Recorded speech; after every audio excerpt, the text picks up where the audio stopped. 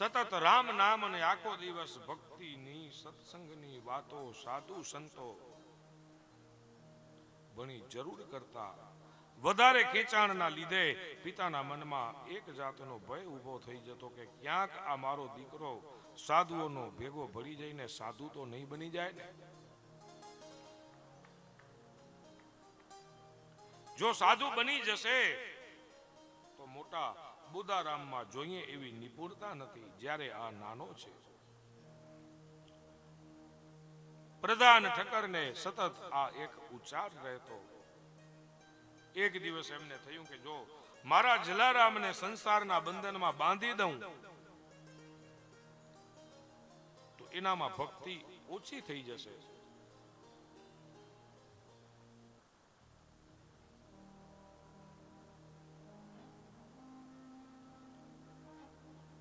પહેલા સગાઈ અને પછી લગ્ન. પિતાજીએ નજર ફેરવી, કામ પાર પડી ગયું, કન્યા મળી ગઈ. આટકોટ ગામના ઠક્કર પરાગજી સોમૈયાની દીકરી. પીરબાઈ પર નજર અટકી છે.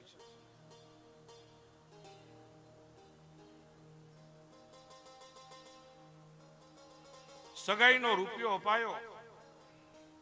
આટલી વાત થઈ ત્યાં સુધી તો જલારામને કંઈ ખબર ન હતી, પણ એમણે જાણ્યું અને પછી તેઓ એક ઊંડા શોકમાં ડૂબી ગયા.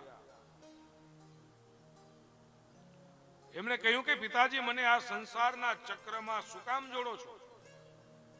મારે જોડાવું ન હતું. ત્યારે ત્યાં હાજર રહેલા કાકાએ જલારામના મનમાં ઉઠેલી આંધી સમાવી અને સમજાવ્યું કે ગ્રહ જીવન ગાળતા ગાળતા પણ ભગવાનની ભક્તિ થઈ શકે, પ્રભુની ભક્તિ થઈ શકે. જલારામ બાપાને આ વાત ગળે ઉતરી અને તેઓ રામજીની કૃપા માનીને તૈયાર થઈ ગયા. સમય પસાર થતો ગયો. ભક્તિ અને સત્સંગ, રામ નામ, સાધુ સંતોની સેવા. સમય જતા જલારામ મોટા થયા. હવે એ 16 વર્ષના થયા અને જલારામ બાપાના લગ્ન લેવાયા. ઘરમાં કામકાજ વધ્યા. માણસોની દોડધામ મચી છે. બાપા પોતે લગ્ન થાય એવું ઈચ્છતા ન હતા, પણ પિતાજીની ઈચ્છાને માન આપ્યું હતું. જ્યારે મનની ઈચ્છા અલગ હતી અને તેથી જ જલારામ કોઈ જગ્યાએ મનનો બળાપો બહાર વ્યક્ત કરી દેતા.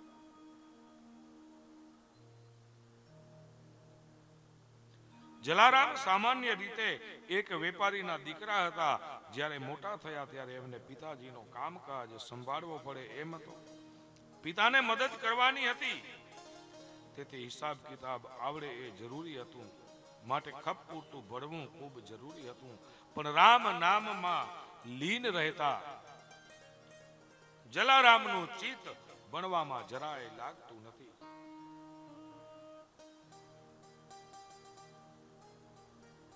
નિશાળેથી ઘેર આવતા કોઈ સાધુને જુએ કે એનો હાથ જાલી અને એને ઘેર જમવા તેડી જાય.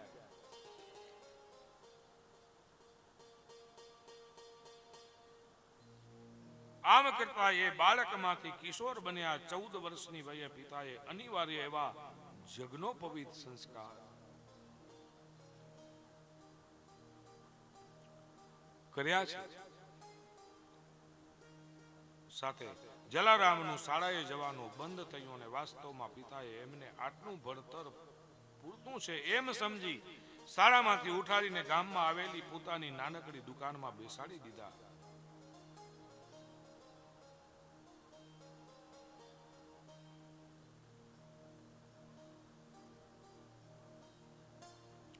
ધીમે ધીમે જલારામ બાપાની જવાબદારી વધતી ગઈ છે.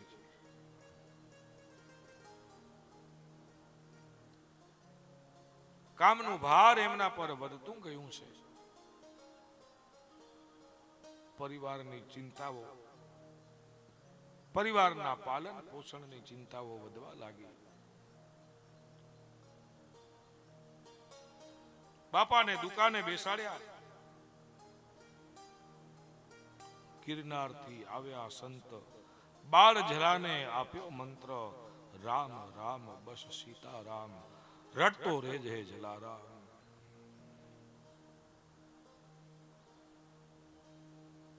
દર્શન કરીને સાધુ ગયા, રાજબાઈ માં પણ ચકિત થયા. સાધારણ નથી બાળક જલો, લગ્ન બંધનમાં બાંધવો ભલો. 16 વર્ષના જલારામ થયા, વીરબાઈ સાથે પરણી ગયા. સંભાળી લીધી દુકાન અને રામ ભજનમાં જલાનું ધ્યાન.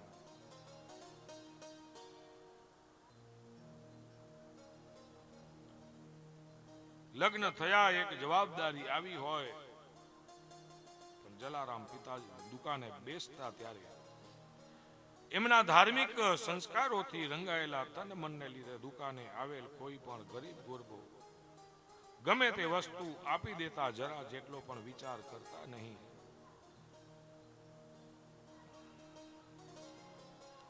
કોક દી અનાજ આપી દે, કોક દી વસ્ત્રો આપી દે.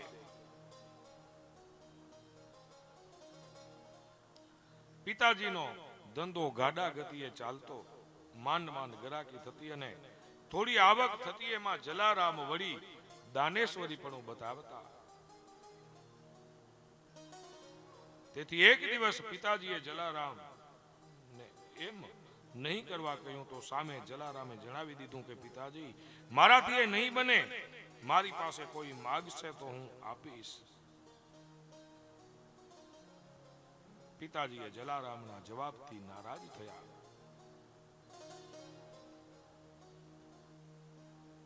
જલારામ બાપાને પોતાના ઘર અને દુકાનથી અલગ કરતા કહ્યું કે મારાથી જુદો થા અને તારી મરજીમાં આવે એટલું એમને દાન કર. પૂર્વ જન્મના સંસ્કારો અને શેષ રહી ગયેલા કર્મને પૂર્ણ કરવા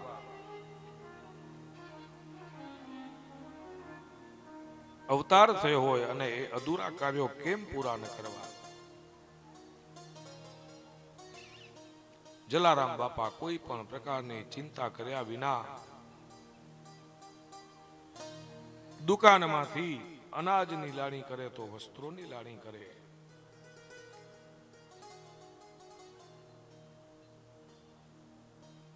પિતાજીએ પોતાને અલગ કર્યા હોવા છતાં જલારામના મન પર અસર ન થઈ. પિતાજીએ જે કહ્યું એનું શબ્દસહ પાલન કરી તેઓ અલગ થઈ ગયા. અત્યાર સુધી તો પિતાની છત્રછાયા નીચે હતા, હવે સ્થિતિ અલગ હતી. જે ભગવાનનો ભક્ત હોય કે હર ઘડી જેની જીભ પર સીતારામનું નામ હોય એને વળી ગભરાવાનું શેનું? જલારામને એમના પિતા પ્રધાન ઠક્કરે જુદા કર્યાની જાણ જલારામના કાકા વાલજીભાઈને થઈ. એમને પુત્ર ન હતો, વળી જલારામ પર એમને ખૂબ પ્રેમ હતો. સત્સંગી જલારામને માટે ખૂબ જ માન હતું. તેઓ તરત જ જલારામ પાસે પહોંચ્યા અને જલારામને કોઈ વાતે ગભરાવાનું નહીં કહી પોતાની દુકાનમાં જ રાખી લીધા. જલારામ તો દુકાનમાં કોઈ ગ્રાહક આવે એને એ ચીજ વસ્તુ આપતા જાય અને સીતારામનું નામ લેતા જાય છે.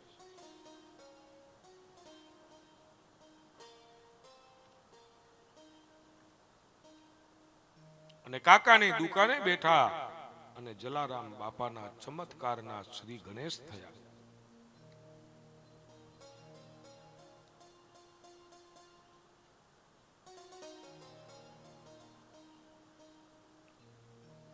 સવારમાં જલારામ જે દુકાને બેસતા એ કાકાની દુકાનનો માલ આગો પાછો કરી જલારામ સફાઈ કરતા. બરાબર એ જ વખતે એક સાધુઓની મંડળી આ વિસ્તારમાં પ્રવેશી છે. આ મંડળી સવારમાં પહેલા જેની દુકાન ખુલી હતી ત્યાં જઈ અને દાન અંગેની માંગણી કરી, પણ જોઈએ એવી દાદ ક્યાંય ન મળી. મંડળી આગળ વધી એ પૂર્વે કોઈકે વેપારીએ આંગળી ચીંધરી અને જલારામની દુકાન બતાવી. સાધુ મંડળી ભગવાનનું ભજન ગાતી ચંદ ક્ષણોમાં જલારામની દુકાન આગળ આવી. ત્યારે નિત્ય ક્રમ પ્રમાણે જલારામ સફાઈ કરતા હતા. કેટલીક વસ્તુ બહાર કાઢી અને ફરીવાર ગોઠવતા સાધુઓ છેક આવીને ઊભા રહ્યા એટલે જલારામે પગે લાગીને કહ્યું, આવો મહારાજ, આપ ક્યાંથી પધાર્યા છો? હું આપની શું સેવા કરું? મંડળી પોતે વિવિધ સ્થળેથી યાત્રા કરતા કરતા હવે ગિરનાર તરફ આગળ વધી રહ્યા છીએ. અમારી મંડળીમાં તો 10 જેટલા સાધુઓ છે, એમને જમવાની વ્યવસ્થા કરવાની છે. આપ તો દયાળુ છો, ગુરુ મહારાજ તમારો જય કરે. મંડળીના અન્ય સાધુઓએ અને પછી તેઓ દુકાન પાસેના ઓટલા પર બેસી ગયા છે. જલારામ માટે આ કોઈ બાબત કઈ નવી ન હતી. તેઓ તૈયાર થયા સીધું આપવા. આસપાસના દુકાનદારો, એક વાણિયાની દુકાન હતી. વાણિયો ભારે અદેખો જલારામની બાબતો પ્રત્યે ખાસ ધ્યાન રાખતો. જલારામ પાસેથી અવારનવાર સાધુઓ કઈ ને કઈ લઈ જતા એટલે એ અદેખાઈની આગમાં બરતો, ક્યારેક બબડાટ કરતો અને કઈ પણ નાખતો કે આ જલિયો એક દિવસ વાલા કાકાનું સત્યાનાશ કરી દેશે.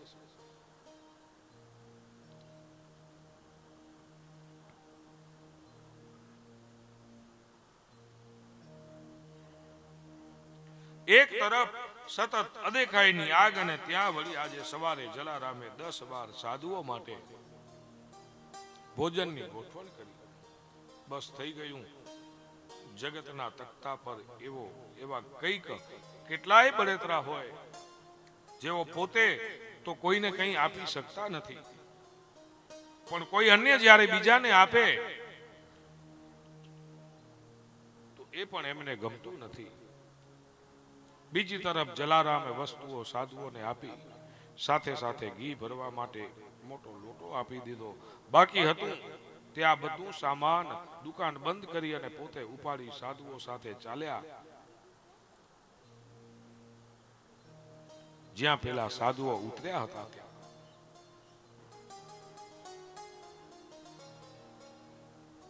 ભૂખ્યા ને ભોજન, મારા ગામમાં આવનારો કોઈ ભૂખ્યો ન જવો જોઈએ.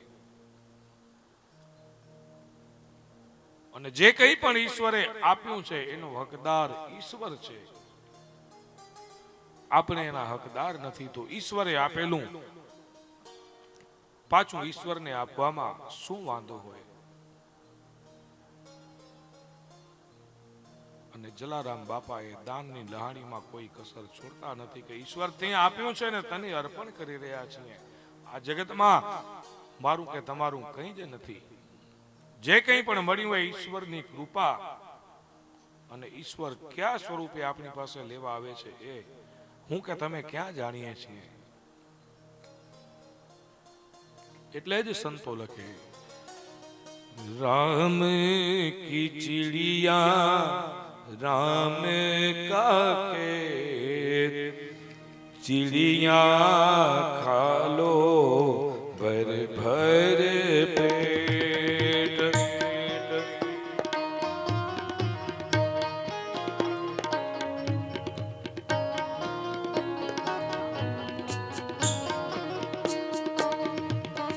राम की चिड़िया राम का खेत, चिड़िया खा लो भर भर पेट।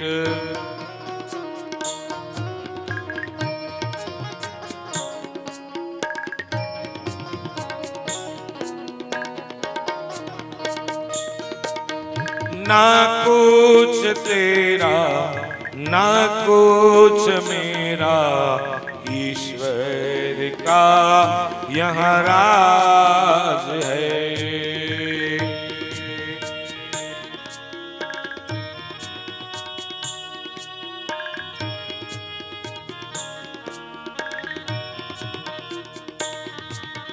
ना कुछ तेरा ना कुछ मेरा, ईश्वर का जहाँ राज है।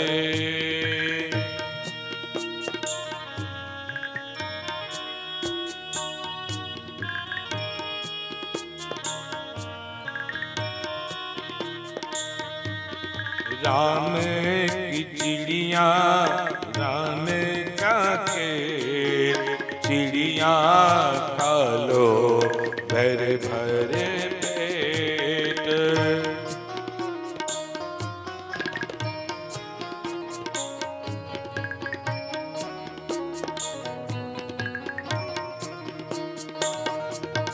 राम की चिड़िया राम का खेल, चिड़िया खा लो भर भर पेट, चिड़िया खा लो भर भर पेट, चिड़िया खा लो भर भर। राम की चिड़िया राम का खेल, चिड़िया खा लो भर भर पेट। ना कुछ तेरा ना कुछ मेरा, ईश्वर का यहाँ राज्य है। બધાય ઈશ્વરનું આપેલું તમામ દ્રવ્ય ઈશ્વરનું આપેલું, એના પર આપણો હક આપણે કેમ જમાવી શકીએ?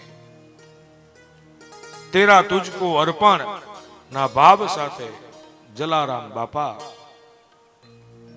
પોતાનો પ્રવાહ અવિરત ચાલુ રાખી રહ્યા છે.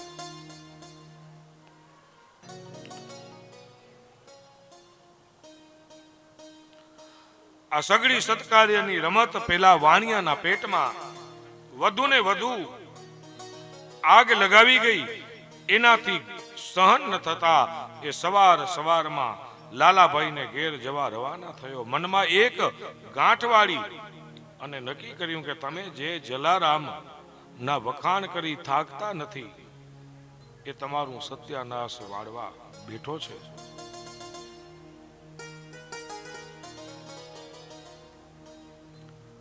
વાણિયાએ વાલા કાકાને કહેવા ઉપાડ્યો તો જલારામ સાધુઓ સાથે વસ્તુઓ લઈને ઉપડ્યા. માર્ગમાં જ કાકા મરી ગયા અને આખી ઘટનાએ લાલા કાકાને જણાવી. જાણે એમાં એક બંભેરની હોય એમ જ લાગે.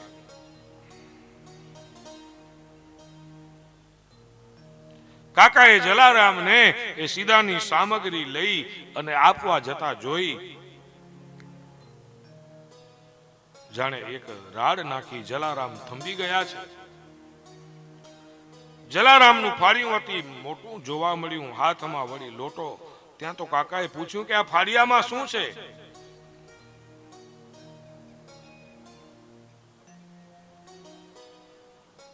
અને રસ્તા પર તો તમાશાને શું તેડું હોય. લોકો ભેગા થવા લાગ્યા ને આ લોટામાં શું લઈને હાલ્યો છે? ભીડ જોઈ અને જાણે કાકા પણ રંગમાં આવી ગયા હતા. કાકા એમાં પાણી છે અને જાણે અજાણે પેલો ચમત્કાર થયો. એકઠા થયેલા લોકો ના મોંમાં પોતાની આંગળીઓ નાખી ગયા. લોટામાં ઘીના બદલે પાણી અને ફાળિયામાં બીજી કઈ વસ્તુ ન હતી, માત્ર છાણા. જોઈ ભીડ અને કાકા ખુદ નવાઈમાં પડી ગયા. અને પેલા વાણિયાના પેટમાં તો આગ જ લાગી. એને થયું કે લોટામાં મારી નજર સામે ઘી ભર્યું છે, ફાળિયામાં મારી નજર સામે એને ગોળ બાંધ્યું હતું. એ ગોળ છાણામાં ફેરવાઈ ગયું, ઘી પાણીમાં ફેરવાઈ ગયું.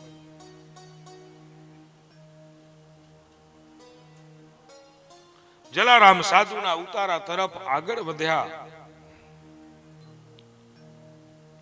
ત્યાં કાકા અને વાણિયો પોતાના માર્ગે આગળ વધ્યા. ત્યારે કાકાએ પૂછ્યું કે વાણિયા શેઠ, તમે તો ચોખ્ખું ઘી અને દાળ ચોખાને ગોળની વાત કરતા હતા, પણ વલ્લભભાઈ એ બધે વસ્તુઓ મેં મારી આ સગી આંખે જલારામને લેતા જોઈ. શેઠજી, તમારે જે માનવું હોય, જે કહેવું હોય કહો, પણ મારો જલો એવો નથી. તો આપણે દુકાનમાં જઈને જોઈએ એટલે ખબર પડશે કે કેટલું ઓછું થયું છે. વાણિયો કહે હજુ એને ભરોસો આવતો ન હતો. દુકાનમાં જઈને જોયું તો બધી વસ્તુઓ, અનાજ સામગ્રી એમની એમ જ સહેજ માત્ર પણ ઓછી થઈ ન હતી.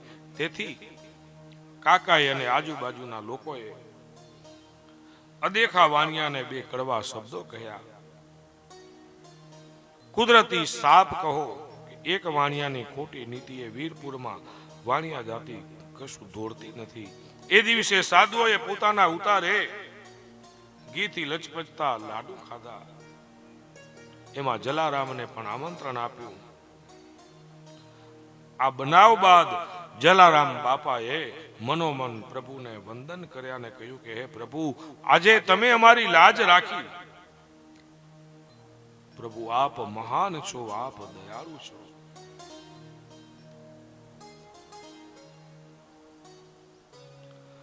આજે જેવી મારી લાજ રાખી એવી હંમેશા રાખતા રહેજો. હરિને જે ભજે છે, પરમાત્માને જે સ્મરણ કરે છે, પરમાત્માને સાથે રાખીને જે કર્મ કરે છે, એની લાજ કોઈ દી ઈશ્વર જવા દેતા નથી. હરિને ભજતા હજુ સુધી કોઈની લાજ જતા જોઈ નથી. જલારામ બાપાની ઈશ્વરને વારંવાર પ્રાર્થના રહી. કુદરતે કરેલા આ નાના ચમત્કાર પછી બાપાનું મન દુકાનમાં બહુ લાગતું નહીં અને એકવાર પ્રભુ સાથે સીધો સંપર્ક તો પછી અન્ય ક્યાંય મન લાગતું નથી. જલારામની એ સ્થિતિ સર્જાણી. બસ આખો દિવસ મનમાં એક જ ઉચાટ અજંપો ફરી વળ્યો છે. એમ થતું હતું કે આવી જંજાળને શું કરવાની અને આનાથી શું ફાયદો?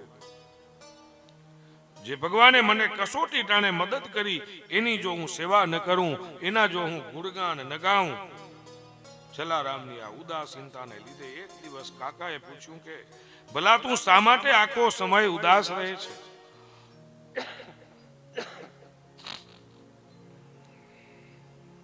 તને કઈ થયું છે કે શું? કે મારાથી કઈ ખોટું થઈ ગયું?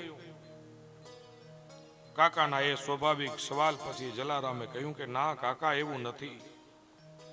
પણ શું? તો કાકાએ સવાલ કર્યો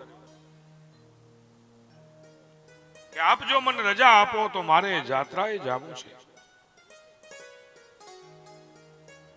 કાકા ચોકી ઉઠ્યા, કહે કે જલા, યાત્રા કરવી એ તો અતિ ઉત્તમ, પણ હજુ તારી વય નથી.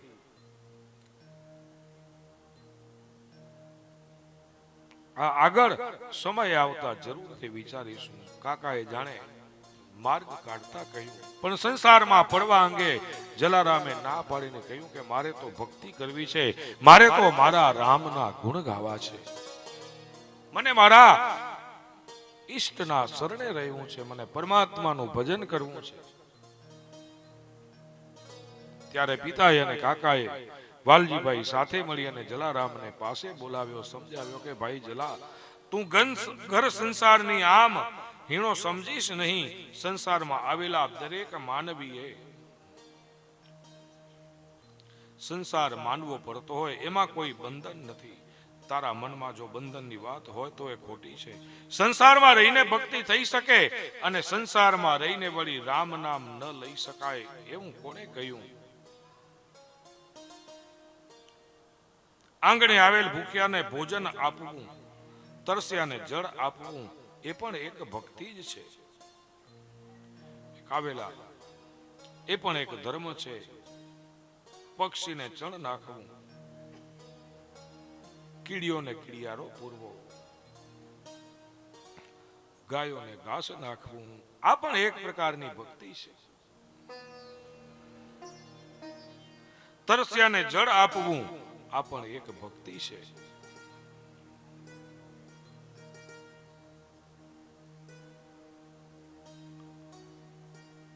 કોઈ આર્થિક અસમર્થને ભણવા માટે ધન આપીને ભણાવવું, આ પણ એક ભક્તિ છે.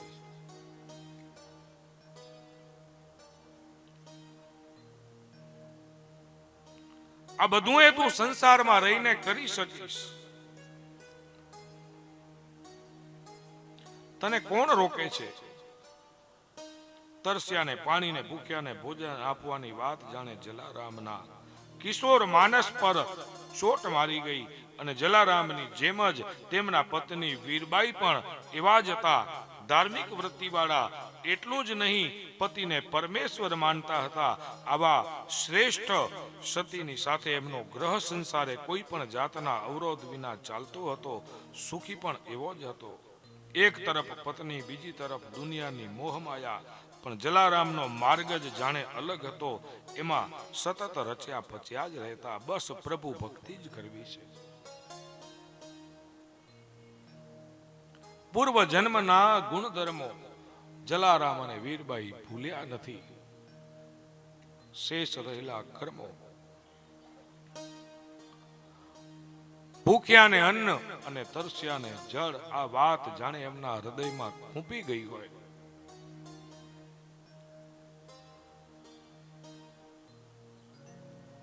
બાપાના નામથી સમગ્ર વિશ્વમાં ચાલતા આવા સેવાકીય કાર્યો એ ક્યારે નથી અટક્યા. પ્રભુ શ્રી રામ પણ એ કાર્યમાં કોઈને કોઈ રીતે એ કાર્ય કરનારાઓને દ્રશ્ય કે અદ્રશ્ય રૂપે સહાયક બને છે.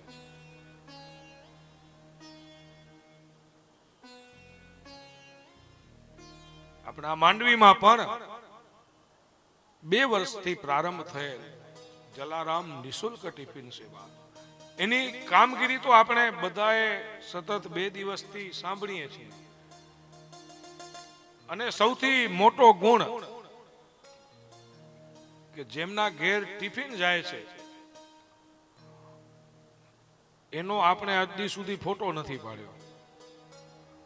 અને ઘણા બધા લોકો આમાં જોડાયેલા છીએ.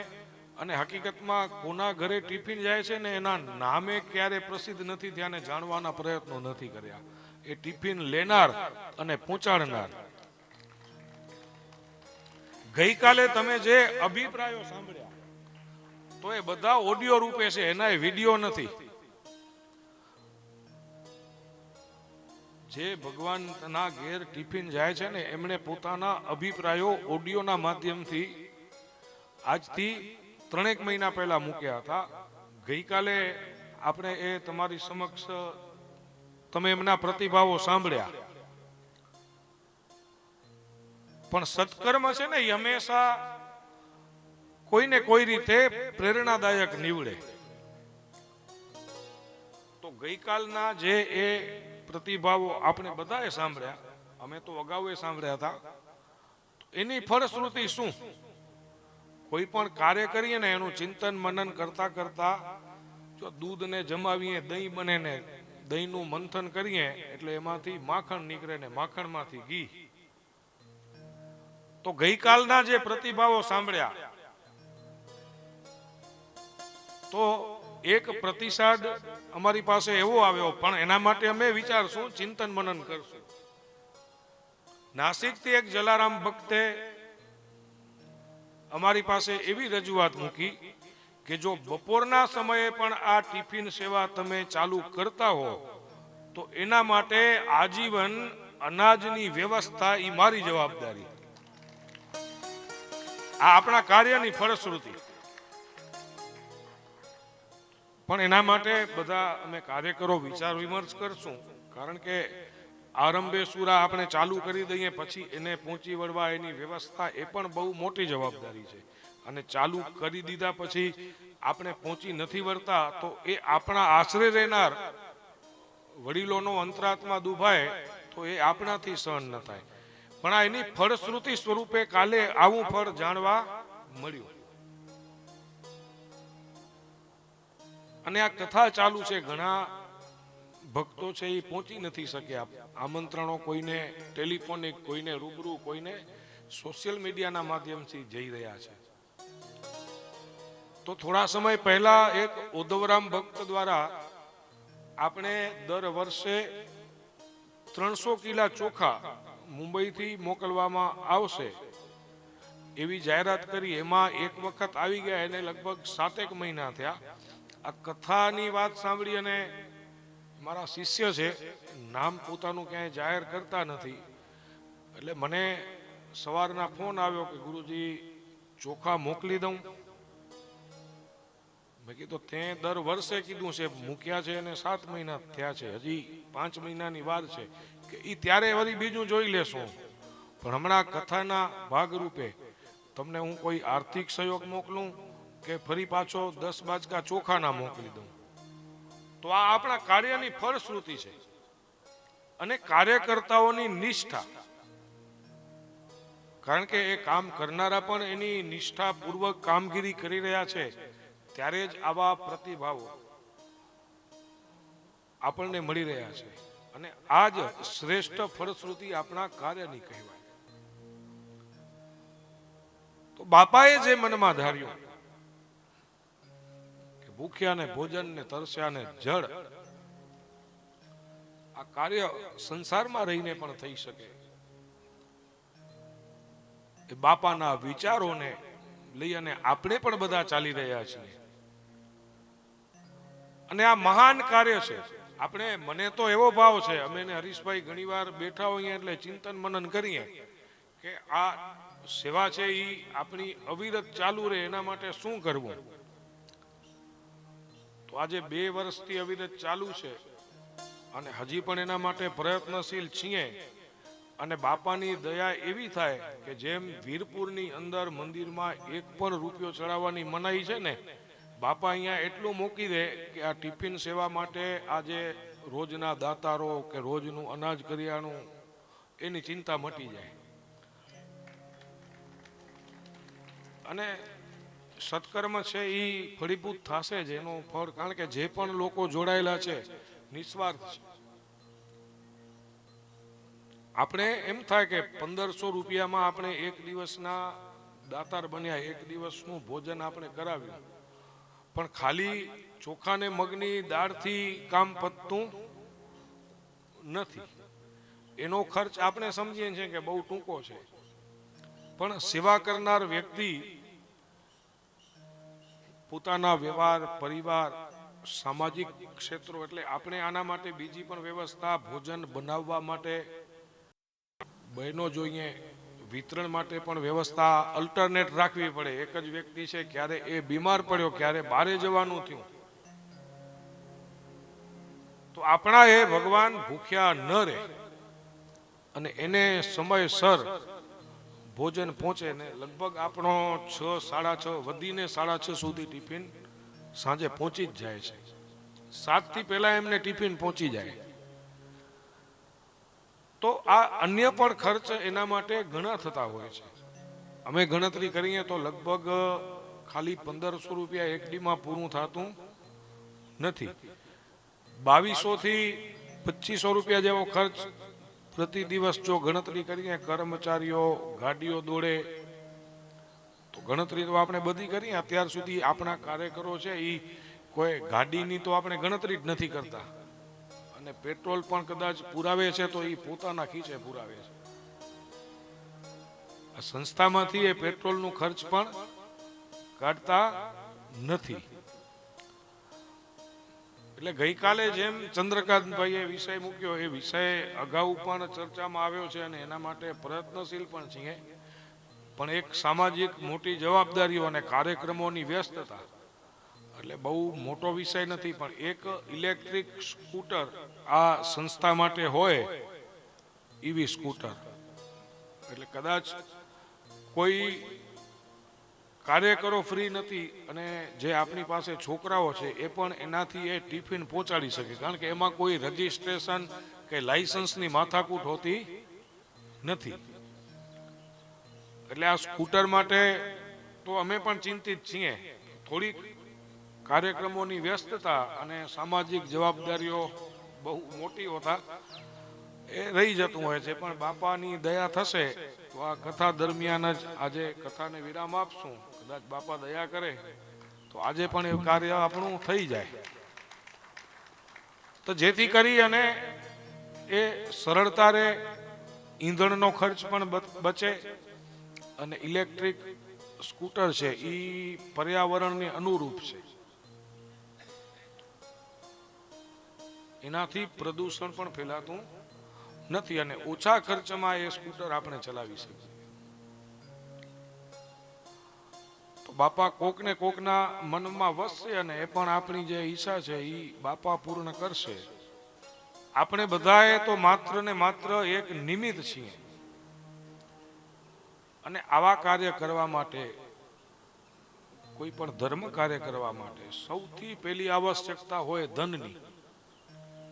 એના વિના તો કોઈ કાર્ય, આપણે નાનકડો પણ પ્રસંગ કરશું તો ખીચેવાળી ખોચતા મણી કે એમાં પછી અમે પણ આવી ગયા, તમે પણ આવી ગયા ને સાધુ સંતો પણ આવી ગયા. તો એ ખીચેવાળી ખોચતા રેજ અને એ પૂરી ગેર કરે બાપા કરીએ પા મળે નિમિત્ત બનો પાંકે પ્રેરણા દીએ અને પાંજી શક્તિ એડી ભક્તિ જેડી શ્રદ્ધા. તો આવા કાર્યોમાં કોઈ ધનથી સહયોગ આપતા હોય, કોઈ તનથી સહયોગ આપતા હોય, કોઈ મનથી સહયોગ આપતા હોય. ઘણા કાર્યકરો કોઈને કોઈ રીતે કામ કરી જાય, અમને પણ ખબર ન હોય, અચાનક આવે કે હાલો આજે હું આ કાર્ય બતાવી દઉં. ઘણીવાર બપોરે પણ આવવાનું થાય તો આપણા જે આ ટિફિન મોકલવા જતા કાર્યકર્તાઓ શાક સુધારતા હોય, અહીંયા ઘરે પાણીનો ગ્લાસ પણ ભરીને ન પીતા હોય, પાણીના ગ્લાસ માટે પણ ઓર્ડર કરે, પાણી ભરીએ જ, અને અહીંયા ડુંગળી બટાટા સુધારતા જોયા છે મેં. હું ઘણીવાર આંટો મારવા આવું, સ્થિતિ શું છે એ નજર તો રાખવી પડે ને, ક્યાંય આડાઅવડા નથી થતા. એટલે આમાં કોઈ ધનથી સહયોગ કરે, કોઈ ધનથી, કોઈ મનથી. અને દાન છે ને એ હાથનું આભૂષણ છે. હાથનું આભૂષણ કયું સાચું? તો દાન. લક્ષ્મીની પ્રાપ્તિ આપણે કરીએ તો એ લક્ષ્મીને સેવાકીય કાર્યોમાં પણ ક્યાંક ને ક્યાંક વિવેક બુદ્ધિપૂર્વક એનો ઉપયોગ કરવો. ને આપણા ધર્મએ આપણે સૂચના આપેલી જ છે કે જે કંઈ પણ કમાવો એમાંથી 10% તો ધર્મ અર્થે તમારે કાઢવા જ પડે. એ 100% રકમ ઉપર આપણો હક નથી. ભલે આપણી મહેનતથી આપણે કમાયા, આપણે આપણો પરસેવો પાડ્યો, પણ છતાંય જે પણ મળ્યું એમાંથી 10મો ભાગ ધર્મ અર્થે આપણે ખર્ચવો જોઈએ. અને બાપાના નામથી સદાવ્રતો છે એ ક્યારેય પણ અટક્યા નથી, એ અવિરત ચાલતા જ રહ્યા છે. અને અમારા પ્રયત્ન છે કે જ્યાં સુધી આ શરીર છે ત્યાં સુધી અમે એના માટે પ્રયત્નશીલ રહેશું. અને અમને જોઈને કોક તો બીજો એ પ્રેરણા લેશે ને.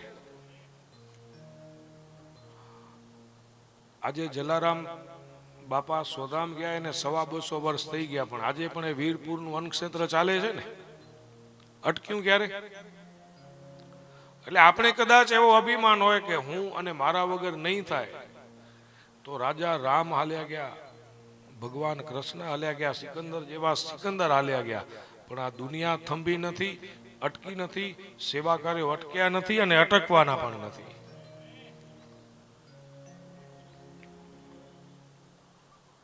તો આ ગઈકાલે જે આપણે પ્રતિભાવો સાંભળ્યા, અને મને સવારના આવા 2 થી 4 લોકોના ફોન આવ્યા કે અમે આવી નહીં શકીએ, બારે છીએ કે કોઈ પણ સંજોગો વસાત નથી પહોંચ્યા, પણ એમની જે સેવા છે, એમનો જે ભાવ છે એ એમણે સમર્પિત કર્યો. અને બાપાના ચરિત્રની કથા તો અવિરત છે. આ કથા કરતા કરતા અને સાંભળતા સાંભળતા આપણે ધરાઈએ નહીં ને એટલી કથા છે.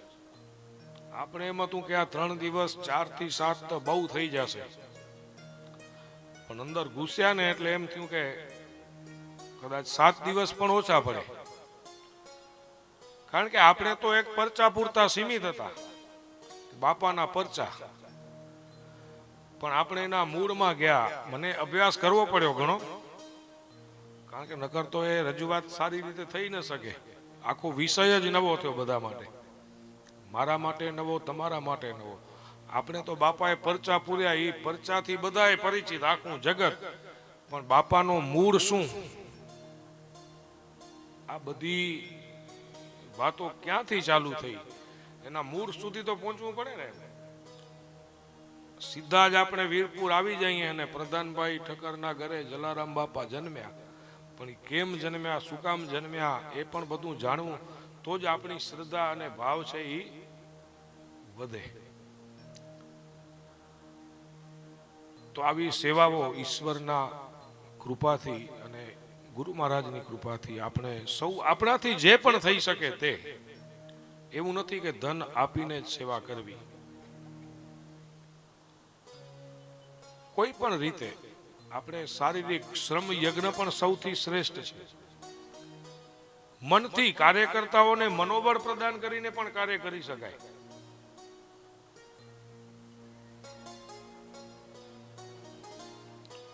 તો આવા અનેક માધ્યમો છે સેવાના. બધું જ કામ પૈસાથી નહીં થાય, બધું જ કામ શ્રમ યજ્ઞથી પણ નહીં થાય. ક્યાંક માનસિક મનોબળ, અને સૌથી મોટું તો આવા કાર્ય કરતા હોય એનો માનસિક મનોબળ ન તોડવો અને એને નડવો નહીં ને, એ મોટી સેવા કહેવાય.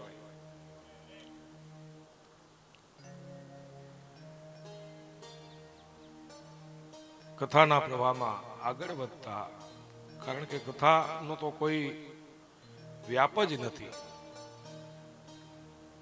કવિઓ લખે છે,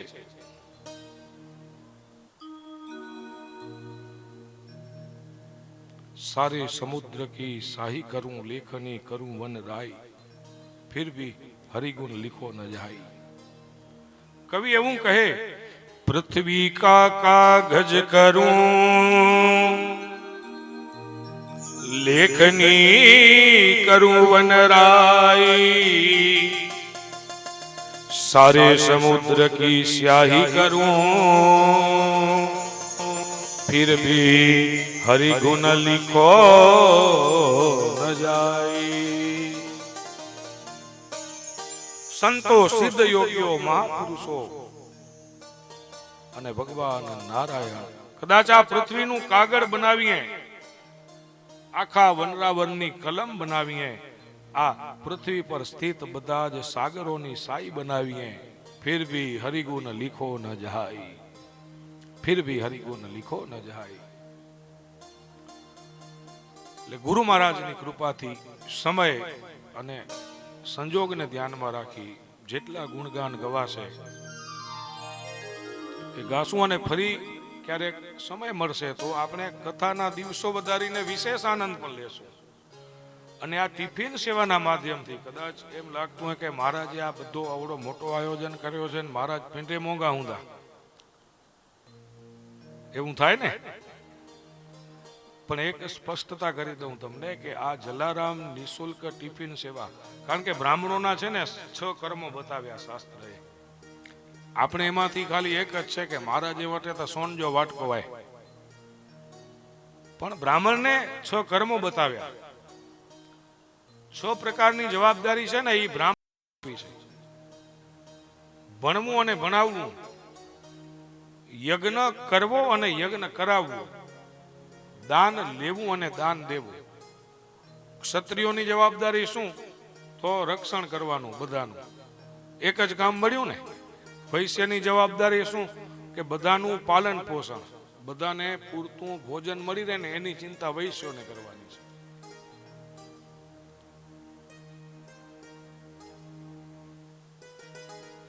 અને શૂદ્ર માટે સેવાનો પ્રકલ્પ, યજ્ઞ માટે સમિધ લાવે, યજ્ઞ માટે ફૂલ લાવે, આ પ્રકારની સેવા કહી છે. પણ બ્રાહ્મણોને આ 6 કર્મ, એટલે અહીંયા જેટલા પણ ધાર્મિક કાર્યો ટિફિન સેવાના માધ્યમથી થાય છે, તો આ ખાસ તમને ધ્યાનમાં રહે કે મને કવર મળે છે ને એ હું પાછો એમને આપું છું. એટલે આ 3 દિવસ માત્ર બાપાની ભક્તિ અને ગુરુ મહારાજની કૃપાથી જે આ એક સેવા છે ને, તો અગાઉ પ્રારંભથી લઈ અને અત્યાર સુધીના જે પણ કાર્ય, કારણ કે દાન લેવું ને દાન દેવું આ પણ બ્રાહ્મણોનું કર્મ છે.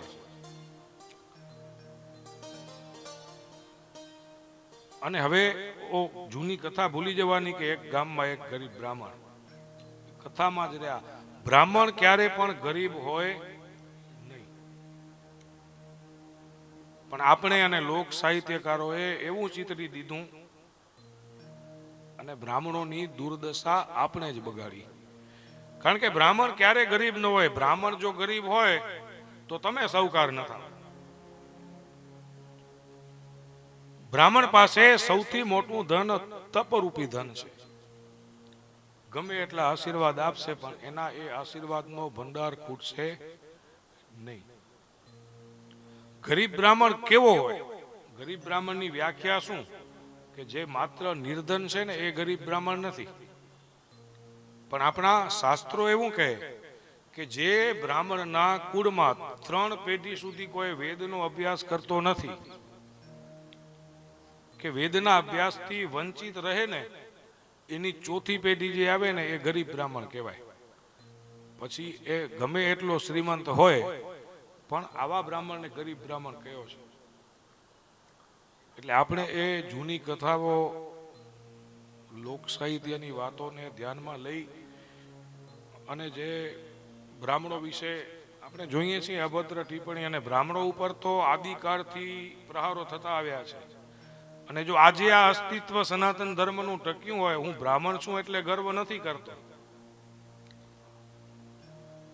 તો એ માત્ર ને માત્ર આ બ્રાહ્મણોના લીધે ટકી રહ્યો છે. ખાલી કલ્પના કરો કે અત્યારની પેઢી જો આ ધાર્મિક કાર્યથી વિમુખ થઈ જાય તો આપણા ઘેર સારા નરસા પ્રસંગો આપણે તો જન્મથી લઈ અને મૃત્યુ પર્યંત જેના આશ્રિત છીએ, કે જેના વગર આપણું કાર્ય સનાતન પરંપરામાં થઈ જ ન શકે. તો ધન્ય છે આજના મારા એ બ્રાહ્મણના યુવાનો કે જે આ વેદ વિદ્યા અને પુરાણ શાસ્ત્રોના અભ્યાસ કરી અને આપણી આ પરંપરા, આપણી સંસ્કૃતિને ટકાવી રાખવા માટે મોટું યોગદાન આપી રહ્યા છે. બ્રાહ્મણ તપ અને ત્યાગની મૂર્તિ છે. આ વેદ વિદ્યાનો અભ્યાસ ભણીને ઓફિસ ખોલીને બેસી જશે અને જેમ હોસ્પિટલમાં જઈએ છીએ કે પહેલે આના જમા કરાયો, તો અહીંયા એવું નથી. એ 6થા ધોરણથી ગુરુકુલમાં અભ્યાસ કરે, સવારે 4 વાગે જાગવાનું, ઠંડા પાણીથી નાહવાનું, ભોજનમાં જે કંઈ પણ મળે, કારણ કે ત્યાં માં ન હોય, સંધ્યા વંદન કરવાની અને આખો દિવસ અભ્યાસરત રહેતા હોય. એટલે આપ બધેને મારી એક ભલામણ રહેશે કે આપણા દીકરાને તમે ગમે તે ભણાવો, એન્જિનિયર બનાવો, સાયન્સમાં મૂકો, મેડિકલ લાઈનમાં મૂકો, પણ સાથે સાથે આપણા ધર્મના સંસ્કારોનું સિંચન પણ એમાં કરતા રહેવું. કારણ કે આપણે નથી કરતા. છોકરો નાનો છે, અત્યાર મોરથી આવું બધે એને નહીં શીખવાડવાનું. પણ કોવેન્ટ સ્કૂલમાં જો ભણવા જશે છોકરો, તો આપણી રામનવમી ક્યારે છે, ભગવાન કૃષ્ણની જન્માષ્ટમી ક્યારે છે, ત્યાં કને આપણા કોઈ પણ તહેવારો ઉજવાતા નથી. અત્યારના સમયમાં જરૂરિયાત છે ઇંગ્લિશની. આપણે એના ઇંગ્લિશના વિરોધી નથી જરા પણ એની સાથે આપણી સંસ્કૃતિનું પણ જ્ઞાન એને હોવું જોઈએ. અમે ગયા વર્ષથી એક આજે પ્રારંભ કર્યો છે. ગયા વર્ષે વેકેશન દરમિયાન શિરવા ગામની અંદર 5 વર્ષથી લઈ અને 15-17 વર્ષના બાળકોને સાંજે રોજ 1 કલાક ભગવદ્ ગીતાનું અભ્યાસક્રમ કરાવ્યો. 45 થી 50 છોકરાઓ એમાં જોડાયા. 1 જ મહિનો હતો એટલે આખી ગીતાનું જ્ઞાન એમને ગળે ન ઉતરે. એટલે આપણી જરૂરિયાત મુજબ એને પુરુષોત્તમ યોગના 15મા અધ્યાયનો પાઠ એક ખૂબ જ સરળ પદ્ધતિથી અને લગભગ 8મા દિવસે છોકરાઓ 15મો અધ્યાય કંઠસ્થ બોલતા થઈ ગયા. આજે પણ એ અવિરત પ્રવાહ ચાલુ છે. એટલે વેકેશનમાં ક્યાંય આવા કાર્યો બાળકોના સંસ્કાર સિંચન માટે, અત્યારે તમે જોશો શિરવા ભાનુશાલી મહાજન સાથે બહુ મારો જૂનો સંબંધ, ગામનો ગોર પણ છું. તો અત્યારે સંસ્કાર સિંચન કેન્દ્રો ચાલુ થયા ગામે ગામ. દર શનિવારે 1 કલાક માટે. મુંબઈ જેવા માયાવી નગરમાં પણ આવા કેન્દ્રો અત્યારે ચાલુ થઈ ગયા છે. અને આપણે કચ્છવાળા એ ધીમે ધીમે પશ્ચિમી સંસ્કૃતિ તરફ જતા થઈ ગયા.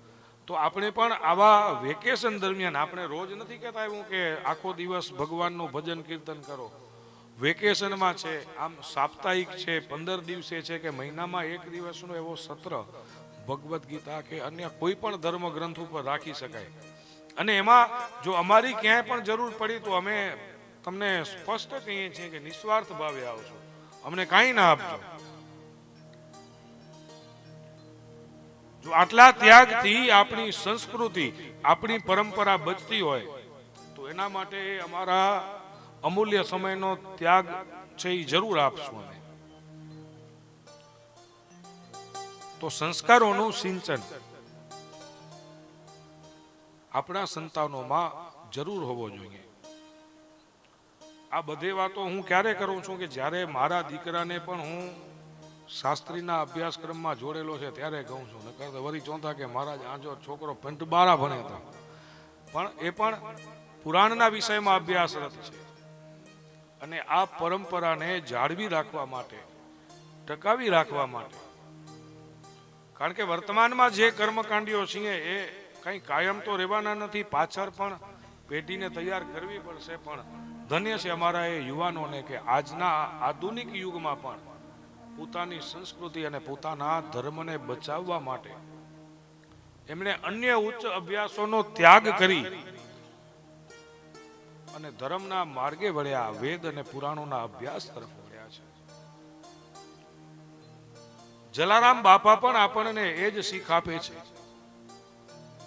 યાત્રાએ જવા માટે જ્યારે કાકા અને વડીલો અટકાવે છે કે હમણાં તારી ઉંમર નથી, હમણાં યાત્રાએ જઈને શું કરીશ, હજી વાર છે. તો આપણે પણ એ સમજવું જોઈએ કે યાત્રા જે યુવાનીમાં થાય ને એ જ શ્રેષ્ઠ જોઈએ. કારણ કે ઘડપણ કેવું છે, ઘડપણે રે ઘડપણે ક્યાંથી આવ્યું ઘડપણે,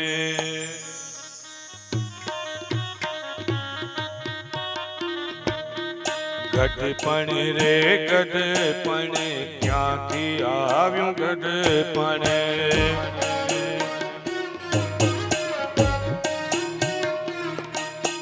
લાકડી ના ટેકે ચલાય ગઢપણ,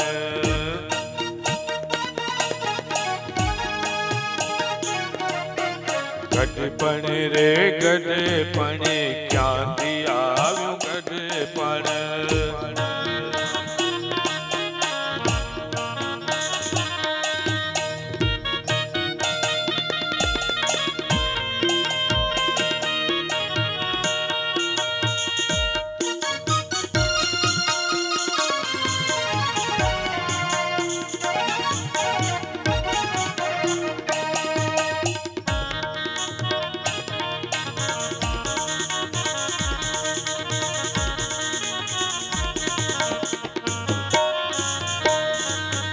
રોટલો ખવાય નહીં, શીરો રોજ થાય નહીં,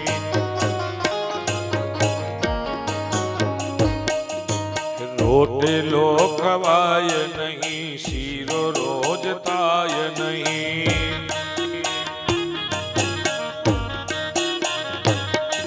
એ ગઢપણ રે ગઢપણ ક્યાંથી આવ્યું ગઢપણ,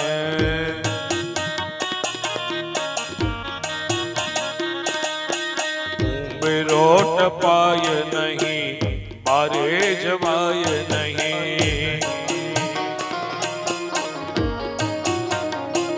કારણ કે ઘડપણમાં પછી ઉંબરો ટપાય નહીં, બારે જવાય નહીં,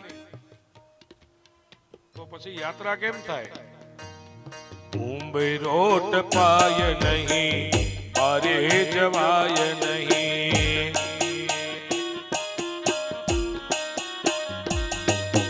ખાટલામાં પડી રહેવાય ગઢપણે,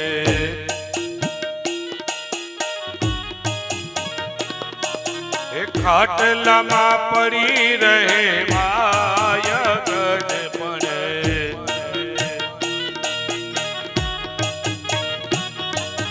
ગઢપણ રે ગઢપણ ક્યાંથી આવ્યું ગઢપણ, ગઢપણ રે ગઢપણ ક્યાંથી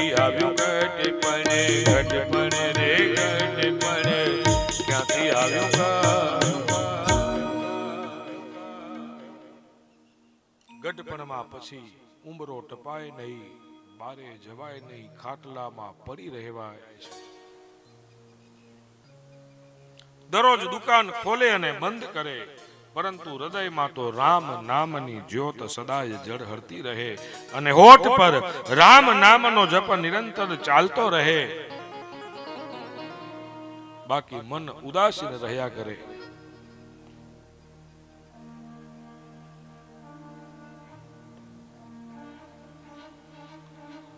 વાલજી કાકાથી એની ઉદાસીનતા છાની ન રહી.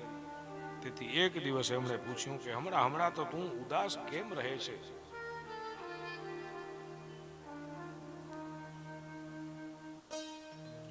કાકા, મારા હૈયામાં યાત્રા કરવાની ઈચ્છા થઈ છે. આપ આજ્ઞા આપો તો હું યાત્રા કરવા જાઉં. અને આવી સ્થિતિમાં એમને જાણે યાત્રાએ જવાની ઈચ્છા થઈ આવી. ઘરના સભ્યોએ યાત્રાનો ખૂબ વિરોધ કર્યો. વિરોધ કરતા અનેક જાતના ભય સ્થાનો બતાવ્યા. ચોર લૂંટારુઓ ભય, રસ્તામાં નદી નાળાના ભય, જંગલમાં હિંસક પશુઓના ભય.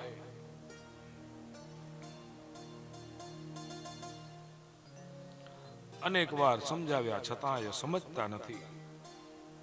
અને જલારામે યાત્રાનું નક્કી કર્યું હતું. તેથી એને ભગવાનની ઈચ્છા માની પિતા અને કાકાની પરવાનગી લઈ અને નીકળી પડ્યા છે ભગવાનના ભરોસે.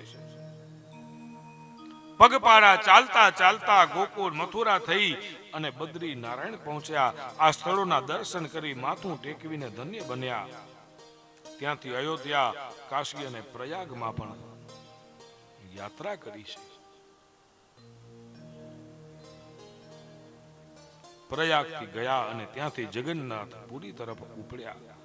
જગન્નાથજીના દર્શન કરી ત્યાંથી રામેશ્વર ગયા. આમ ભારતભરની લગભગ બધા જ તીર્થોની યાત્રા સંપન્ન કરી અને 1.5-2 વર્ષે વીરપુર પાછા ફર્યા. અને ગામ લોકોએ, પરિવારજનોએ ધામધૂમથી એમને આવકાર્યા છે.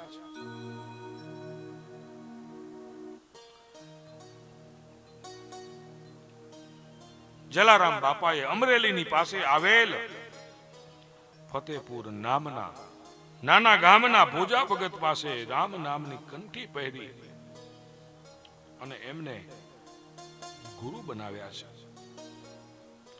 ઘણા પુસ્તકોમાં એમને ભોજલિયા ભગત પણ કીધા છે. ગુરુ બિન જ્ઞાન ન ઉપજે. જીવનમાં ગુરુ હોવા જરૂરી છે. ગુરુ થકી જ પરમાત્મા પ્રાપ્ત થાય, ઈશ્વર પ્રાપ્ત થાય. ગુરુના માર્ગદર્શન વિના, કે ગુરુની કૃપા વિના પરમાત્માની પ્રાપ્તિ થતી નથી.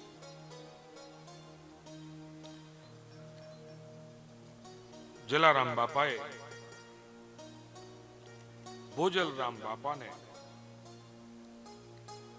ગુરુ બનાવ્યા. માળા ધારણ કરી ગુરુજીના નામની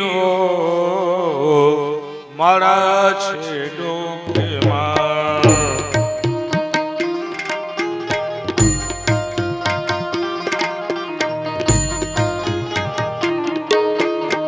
ગુરુજીના નામની માળા છે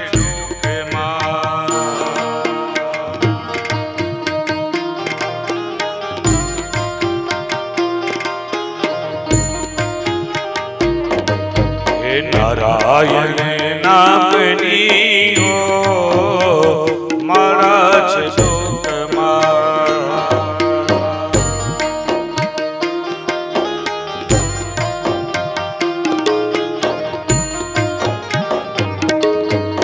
ગુરુજીના નામની માળા ડોકમાં ધારણ કરી અને ગુરુ કૃપા થાય. કારણ કે ગુરુ કંઠી બાંધે એટલે એના સાથે આપણો આત્મ સંબંધ, બ્રહ્મ સંબંધ થયો. ઈશ્વર સાથે જોડવાના પ્રયત્નો કરે અને ગુરુ કૃપા હોય એટલે જૂઠું બોલાય નહીં, ખોટું લેવાય નહીં.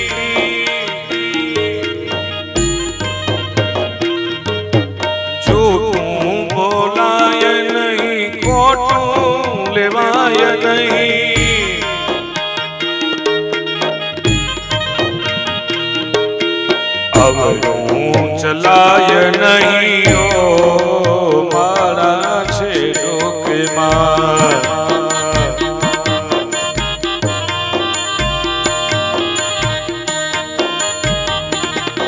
હે ગુરુજીના નામની મારા છે લોકમાં.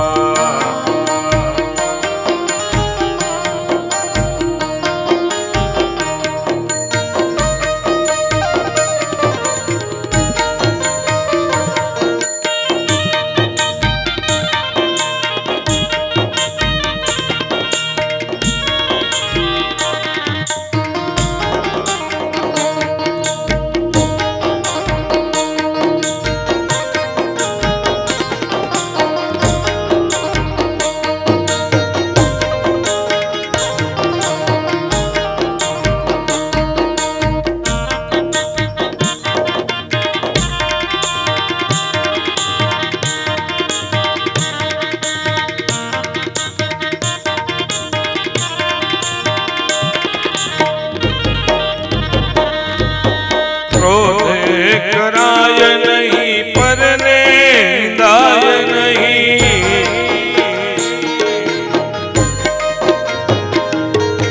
ક્રોધ કરાય નહીં પરને નિંદાય નહીં.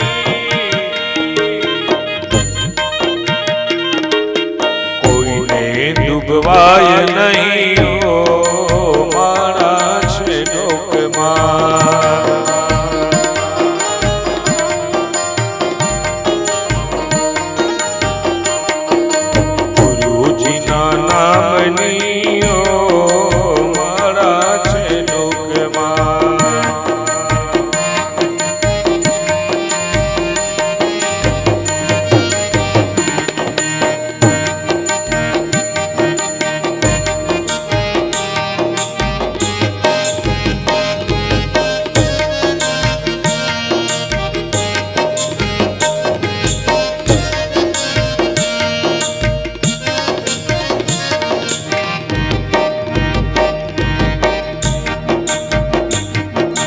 પરને પીડાય નહીં હું પદ ધરાય નહીં. પરને પીડાય નહીં હું પદ ધરાય નહીં. પાપને પોસાય નહીં મારા છે લોકમાં.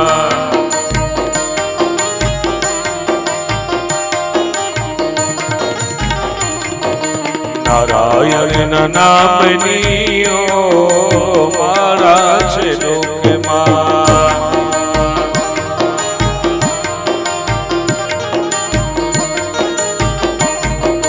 સુખમાં છકાય નહીં દુઃખમાં રડાય નહીં. સુખમાં છકાય નહીં દુઃખમાં રડાય નહીં.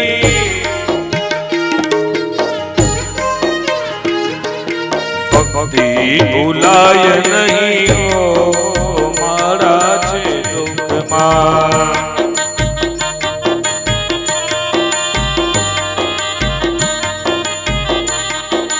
ગુરુજીના નામની મારા છે લોકમાં.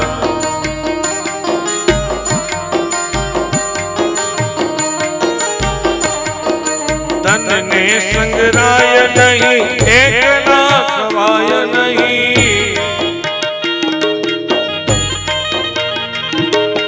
ધનને સંગરાય નહીં એકલા ખવાય નહીં.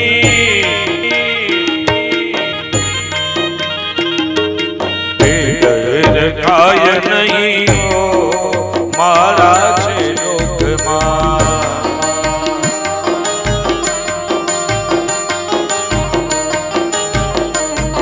હે ગુરુજીના નામની નારાયણના નામની ગુરુજીના નામની નારાયણના નામની રે મારા છે લોકમાં. ગુરુજીના નામની મારા છે લોક માં નારાયણ નામની રે માળા છે